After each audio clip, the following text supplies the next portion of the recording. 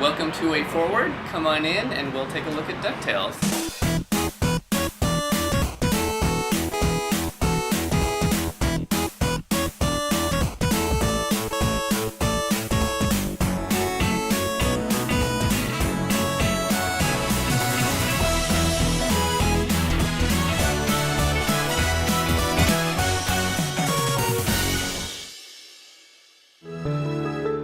First step in creating the backgrounds was to really study the NES levels. We had the NES maps, blocked out. We had the entire map from both a level design perspective and sort of a art layout perspective. We looked at the levels and to try to interpret, what the feeling was. For something like Transylvania, when you look at the actual original layout, it feels like it's broken into a few different areas. There's kind of a dungeon, underground, very brick area where it had the spikes. There's the entryway, kind of a foyer, and there's like doors and sort of some wood and some like wallpaper kind of falling off, and then the grand ballroom with the red drapes.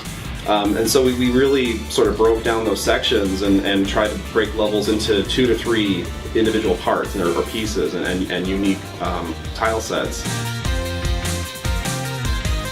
So in some levels, it is all just a big long either a series of rabbit trails or a big loops in on itself. And if you'd only know that you could start here and just wander in, you could get to the boss right away. And it seemed like, well, what we ought to do is make sure that players see a lot of the key or most memorable parts of the level. Like Transylvania would be kind of a shame if you never went and did the minecart. So we had this mechanism introduced early on to split up the nephews and have you go and find each one and put a kind of a mini boss there.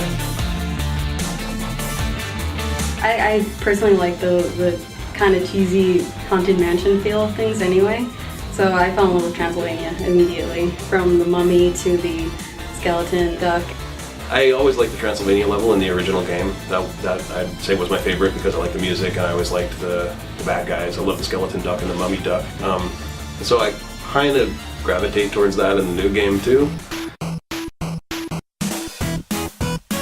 When we were first developing concepts and the look of the environments, we were having a hard time with our internal concept artists really trying to nail the Disney style. We have incredibly talented people, but there's this certain look, and so we did an internet search and we were looking up DuckTales backgrounds and different concept art, and I came across a blog with sketches from the original show, like thumbnails and actual layout drawings from the original show. It all came from one place, came from this one guy, Mike Peraza, and I thought, well, let's just contact him, see maybe he has a stockpile of layout art that we can rifle through and take some photos and scans, and he just wanted to work with us. And so we actually contracted him to work on the game. And the funny thing about Mike Peraza is he worked on the original DuckTales show, and now he's a Disney Imagineer. For the backgrounds, it was literally like taking, images right from the show and getting to convert them into these 3D environments.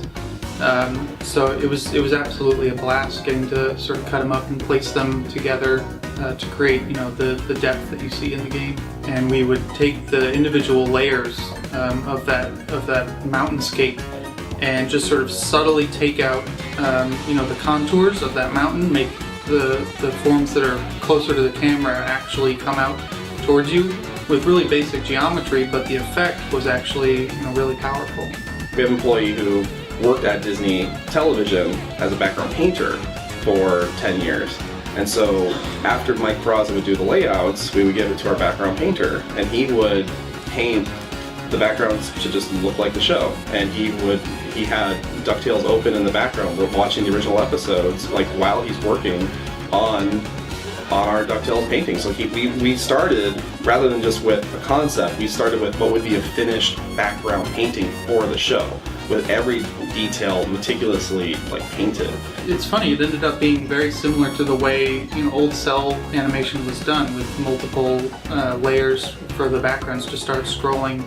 So all the paintings are as high quality as you would do for something that would be completely flat and traditional, like some of the past 2D HD games we had done.